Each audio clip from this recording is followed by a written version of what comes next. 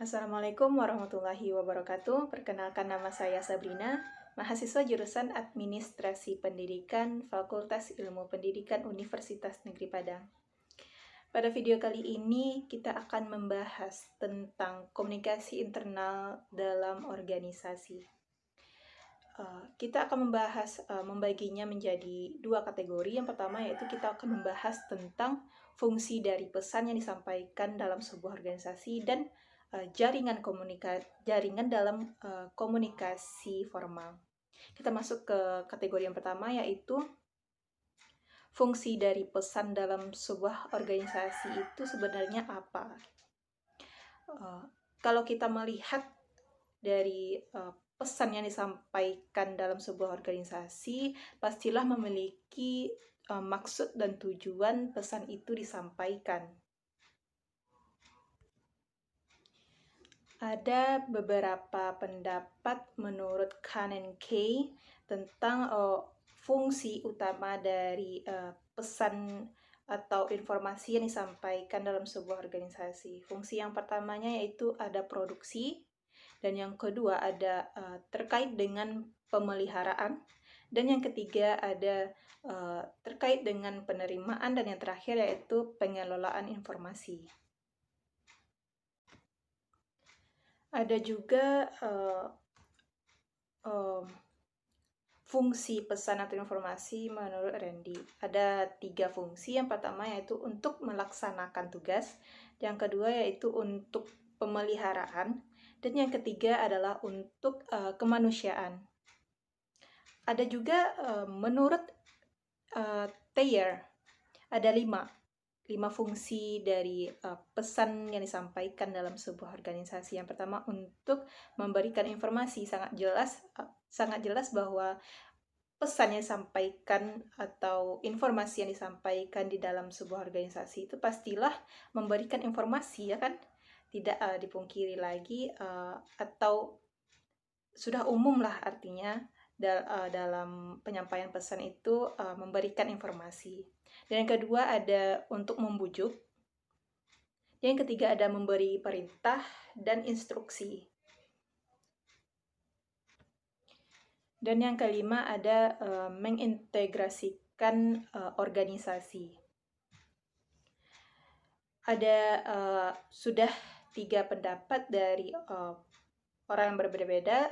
Sekarang terakhir yaitu menurut Greenbaum ada 4 fungsi dari pesan yang disampaikan dalam sebuah organisasi. Yang pertama, pesan yang disampaikan itu untuk mengatur segala sesuatu.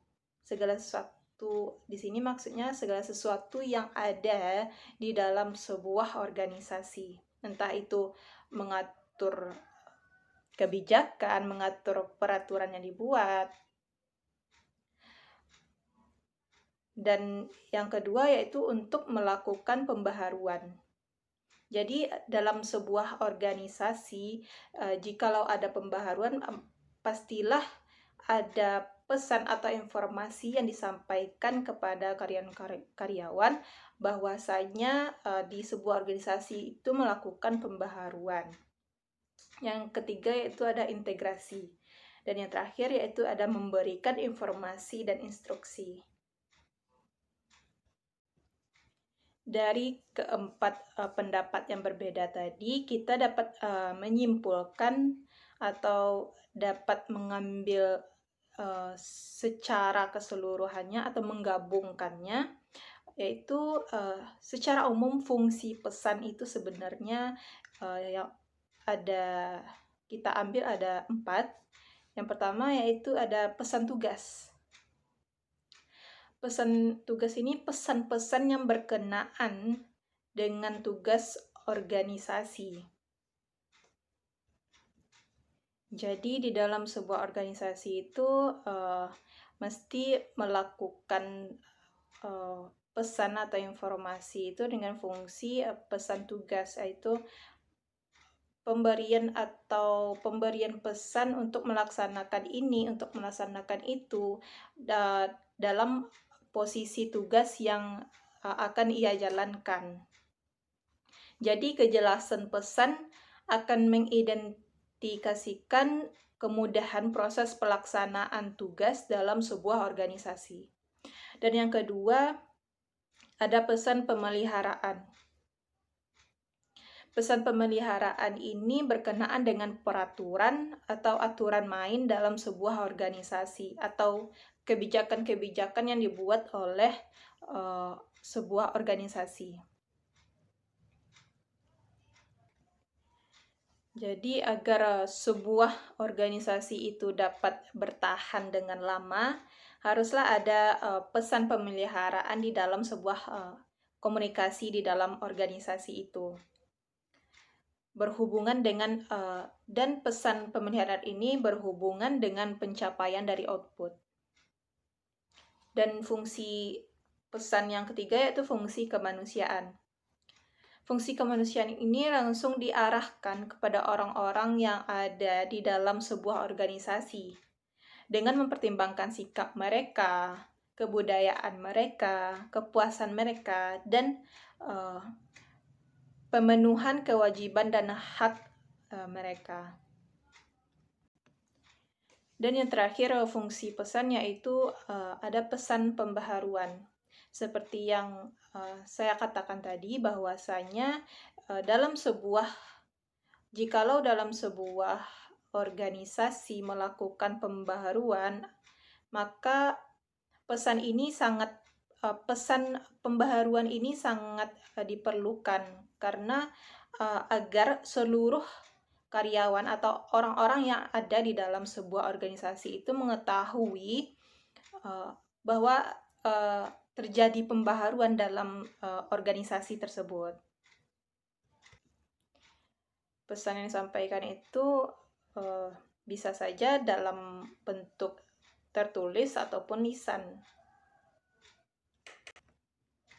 Itulah keempat fungsi pesan yang ada di dalam sebuah organisasi. Kita masuk ke bagian berikutnya, yaitu jaringan komunikasi formal.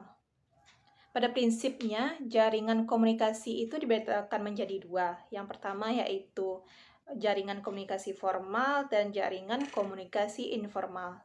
Dan pada video kali ini kita akan membahas tentang jaringan komunikasi formal. Membahas tentang jaringan komunikasi formal, haruslah kita mengetahui apa itu yang dikatakan formal dalam konteks ini.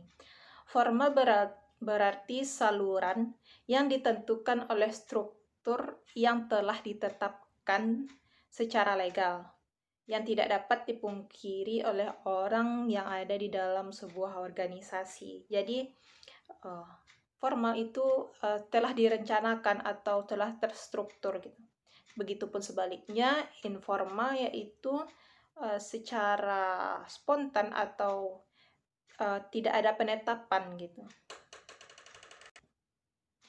Di dalam jaringan komunikasi formal ini ada 3 bentuk utama arus pesan dalam komunikasi formal. Yang pertama yaitu komunikasi ke bawah. Ke bawah berarti dari atas ke bawah. Itu menandakan bahwa komunikasi itu berjalan dari pimpinan atau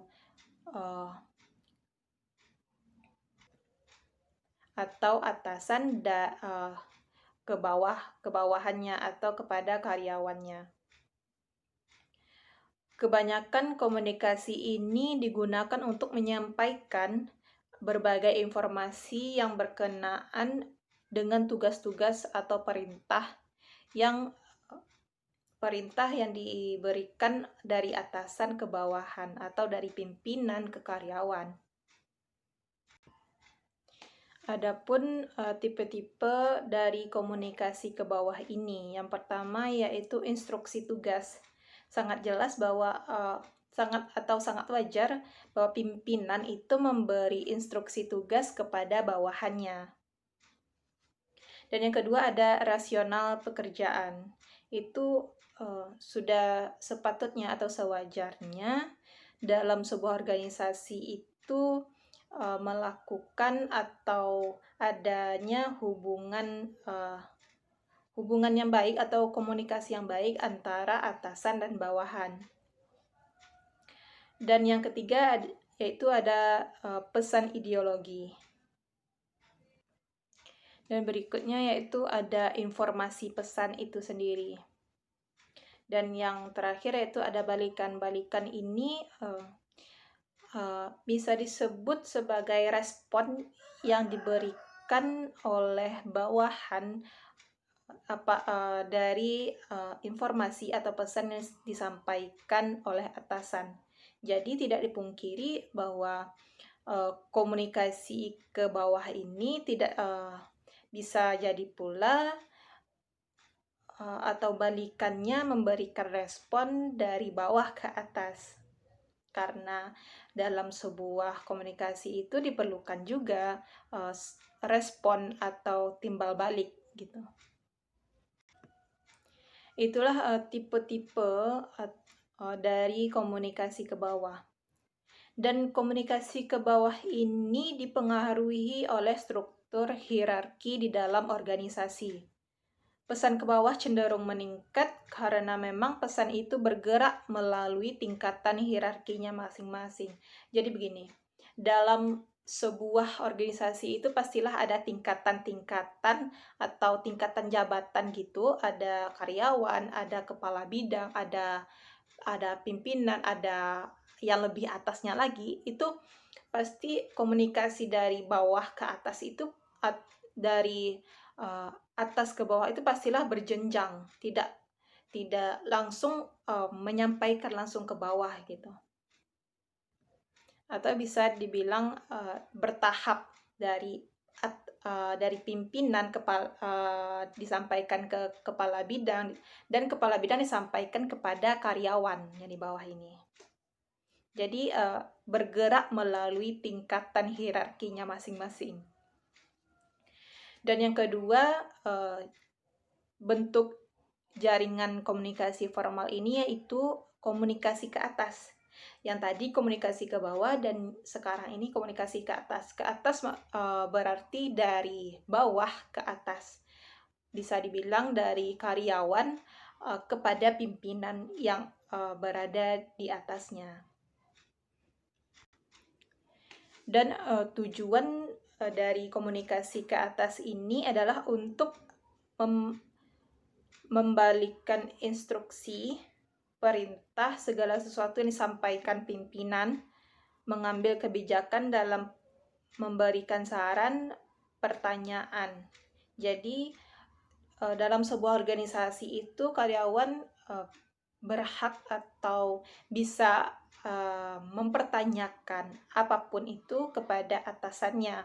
Ada yang tidak dimengerti ataupun ada saran yang diberikan oleh bawahan kepada atasan, dan melaporkan hasil kerjanya atau membalikkan instruksi dari atasan tersebut.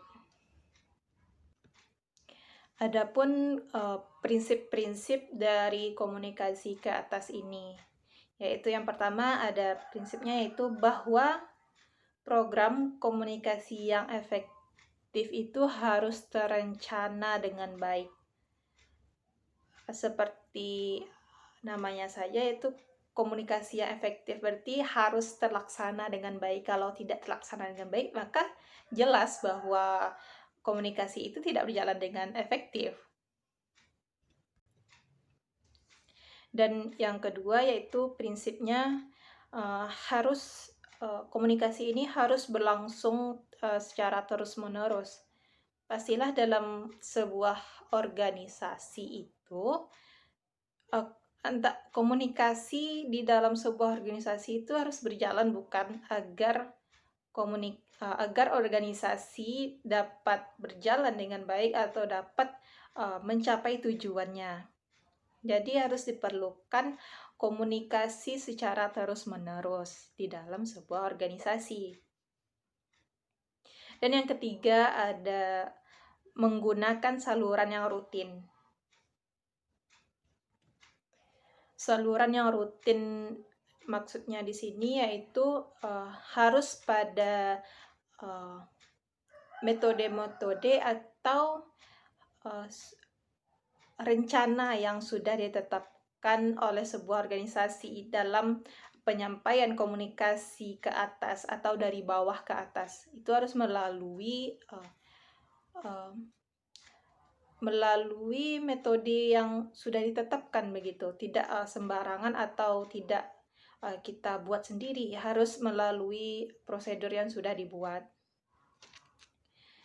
Dan yang keempat yaitu tidak memberikan tekanan kepada bawahan. Jadi sebagai pimpinan atau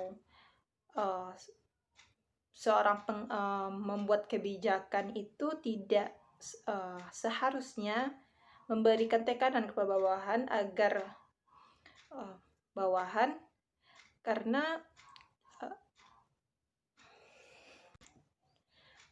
jika bawahan diberi tekanan, maka bawahan itu tidak akan bisa menyampaikan ide-idenya kepada atasan atau menyampaikan perasaannya kepada atasan. Jadi dalam sebuah komunikasi ke atas ini tidak boleh adanya penekanan kepada karyawan.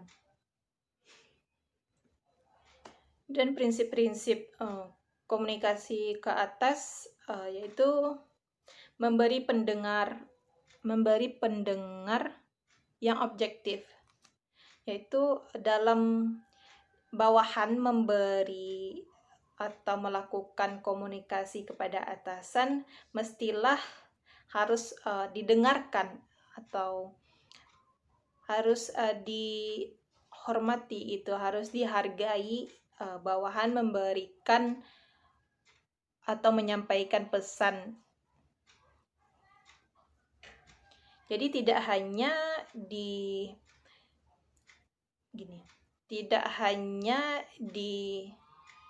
memberi hak untuk menyampaikan pesan, tetapi juga ada tuntutan kepada kita untuk mendengarkan apa yang ia sampaikan. Dan prinsip yang berikutnya memerlukan pengambilan tindakan. Jadi harus ada tindakan yang kita lakukan setelah karyawan menyampaikan pesan yang ia sampaikan, baik itu berupa sarannya atau ide-ide darinya. Jadi kita harus mengambil tindakan. Atau istilahnya kita sebagai atasan dapat memberikan respon atas apa yang ia sampaikan. Dan yang terakhir, prinsip komunikasi ke atas yaitu menggunakan macam-macam media dan metode yang jelas. Seperti yang saya katakan tadi, bahwasanya dalam penyampaian atau komunikasi ke atas ini harus ada medianya, atau tidak sembarangan yaitu kita menyampaikan pesan kepada atasan. Harus ada melalui prosedur yang sudah ditetapkan oleh sebuah organisasi. Itulah prinsip-prinsip yang ada di dalam komunikasi ke atas. Kita masuk bentuk-bentuk jaringan komunikasi formal. Yang terakhir, yaitu ada komunikasi horizontal. Horizontal berarti satu level atau satu tingkatan gitu, satu derajat di dalam sebuah organisasi. Seperti contohnya itu karyawan dengan karyawan, kepala bidang dengan kepala bidang, staf yang sama derajat lah istilahnya, atau jabatannya sama. Biasanya pesan ini berhubungan dengan tugas-tugas atau tujuan kemanusiaan. Tujuan kemanusiaan ini yaitu untuk menjalin sebuah hubungan atau sebuah kedekatan antara karyawan dengan karyawan dalam sebuah organisasi. Diperlukan hubungan kemanusiaan begitu, atau komunikasi yang baik antara pekerja dengan pekerja. Dan Tujuannya yaitu memecahkan masalah lainnya, seperti ada menanyakan tugas yang diberikan atau ada tugas yang diberikan oleh atasan, kita yang tidak tahu gimana pengerjaannya, kita bisa berkomunikasi lewat horizontal ini atau berkomunikasi dengan satu level atau satu derajat dengan kita dalam sebuah organisasi. Dan itulah materi kita pada video kali ini, yaitu komunikasi internal dalam organisasi. Baiklah, sampai di sini dulu videonya. Saya pamit. Assalamualaikum warahmatullahi wabarakatuh.